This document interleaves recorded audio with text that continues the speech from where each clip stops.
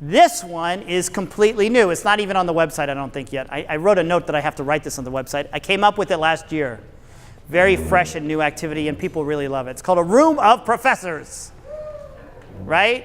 We're all professors, not just at this table. We're all professors, right? All of our students are professors, so we're going to be professors. So here's how we do it.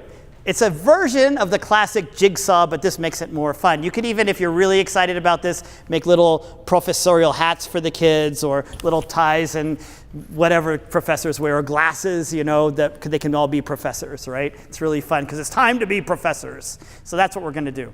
Comprehension, seizing or grabbing the text. So, room of professors, if you look in your packet, again, you have a couple handouts for this one. Grab your room of professors handout.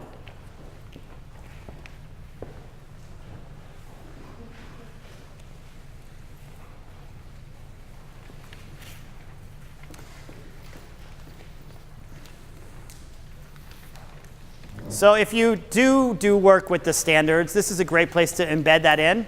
I've done this with, districts that are kind of crazy about the standards. So, you could put those here like ask questions of the text, or who are the main characters of place, setting, and plot. Who are the characters in the text? What's the setting? What's the plot? But I don't usually like to go there. I like to go to something a little deeper. So we've got 4 areas here. One group's going to focus on Rosie's personality. Who is she? What's her character like? What are characteristics of Rosie? How would you describe her, right, from what you learn about her in the book? So as you read, you're going to be focused on Rosie. That's one group. Second group's going to be focused on, the inventions. What's going on with the inventions in the story? What's the process of the inventions? What's she building? What does she build? How does she do it? Just focus on that idea of the building of inventions, the building of things, what she does with her hands. That's your focus. Third group, you're going to focus on problems in the story. What problems come up? When do things not work out? They can be literal problems you see, or more emotional problems in that area, right? Any kind of problems you see. And the other group's going to focus on solutions, which means obviously you're focusing on problems too. But what are the solutions she comes up with to the problems that occur? Okay? Here's how we're going to do it. Count around your table. 1, 2, 3, 4.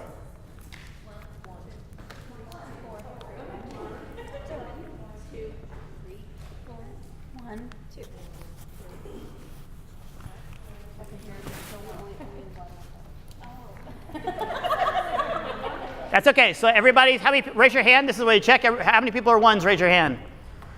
Twos, raise your hand. Threes, raise your hand. Fours, raise your hand.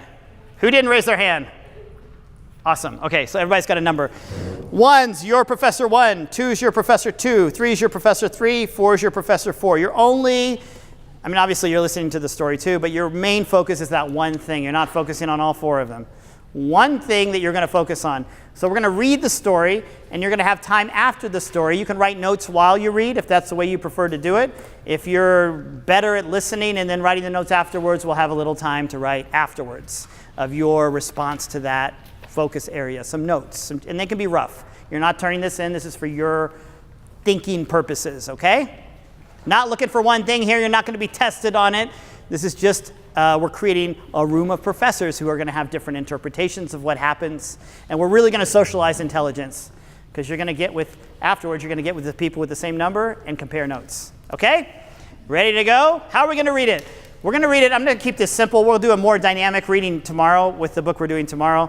Right now, I'd like for you to just read it around as a table. You can page by page if you want, or any way you want to do it. You guys decide. Okay? I want you to read the book. Okay, so go for it, folks. Everybody got something written down? Yeah, we ready? Okay, so now we move to, remember I talked about that concept of socializing intelligence? So think about going to a really interesting movie that you see and processing it by yourself, driving home by yourself, processing it by yourself. And then think about when you go see watch a movie and you have a coffee or something with somebody, or a beer or a drink or something, and sitting down with them and talking about it for an hour, right? You grow a lot in your interpretation of that movie, and the same's true with books, and the same's true with kids. It doesn't have to come from the teacher, it can come through processing together. Watch what happens. So, all the ones, you're gonna go over here by Marietta College, the podium, and have a conversation with each other and share your findings, your evidence from the text, your findings of what you found, your descriptions of who Rosie Revere is, and talk about her. Who do you think this character is? What's going on with her?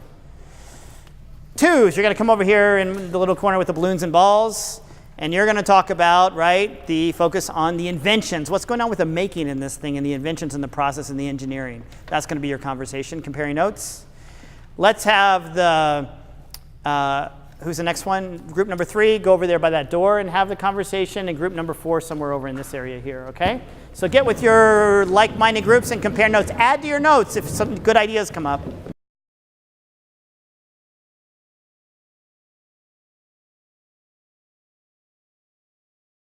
So what's great about this, right, is students that might struggle with one of these things, they've gotten all the ideas from the other students, right? So it's really the idea of learning from each other. You know, there's this Russian, I don't know why, because I talked about him last night, I guess I'm going to talk about him now.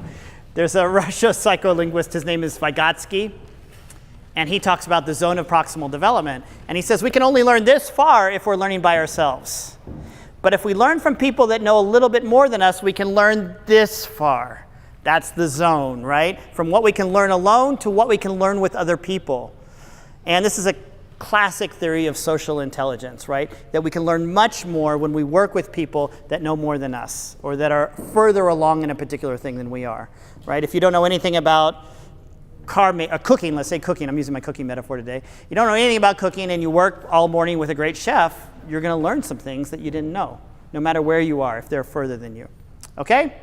So what we're going to do now is you've kind of got the expertise of your group, and you're bringing that back to your table. So each person's going to go and kind of report out as your professor.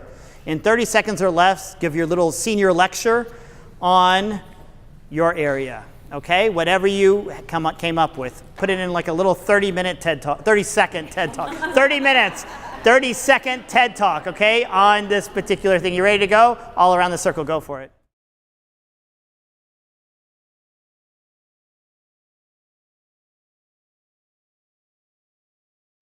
So that's comprehending text, right? Taking it and doing something with it, right? That's what we just did, where you, now notice I didn't tell you my own interpretation of it at all.